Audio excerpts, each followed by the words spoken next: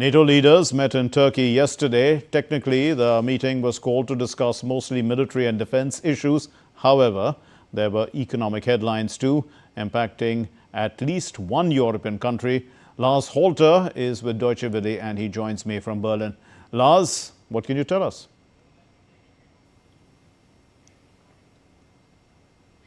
Indeed, Spain found itself on the receiving end of another attack by US President Donald Trump. He once again criticized the country sharply and announced drastic measures against them. Specifically, Trump said he had instructed his Treasury Secretary Scott Bessent to halt all trade relations with the southern European nation.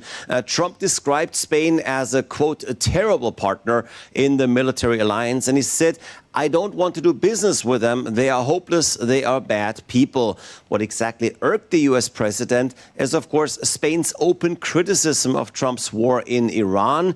That's after the country had banned the US military from using bases in Spain to refuel and or take other action towards strengthening their position in the conflict. So what we're seeing there from Trump is pretty much retaliation. What consequences does Spain have to fear if Trump would indeed cut off ties with the country?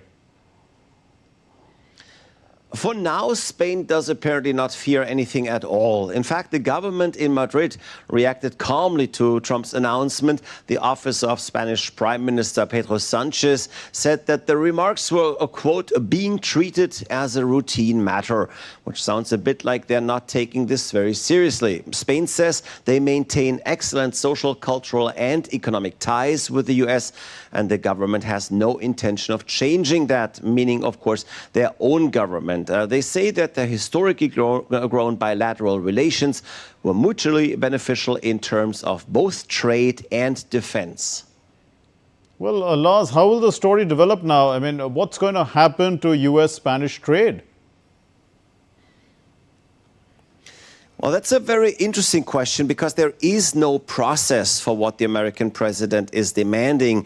And that brings us to another thing that neither Spain nor Trump even talked about. When it comes to trade, the US can technically not make any demands on Spain per se. That's because the country is an EU member and the European Union, with its headquarters in Brussels, is actually in charge of trade and trade relations, including the latest version of a EU-US trade deal that was just signed a few weeks ago. So there is a trade deal in place that very much includes Spain and that the country cannot easily get written out of per EU law. Now, President Trump, in fact, told Scott Bessent, his Treasury Secretary, quote, "I don't want to trade with them, understood?" To which Bessent replied, "Yes, sir." But it very much seems that this might have been just a throwaway line, as there is really very little Bessent can do right now as a follow-up.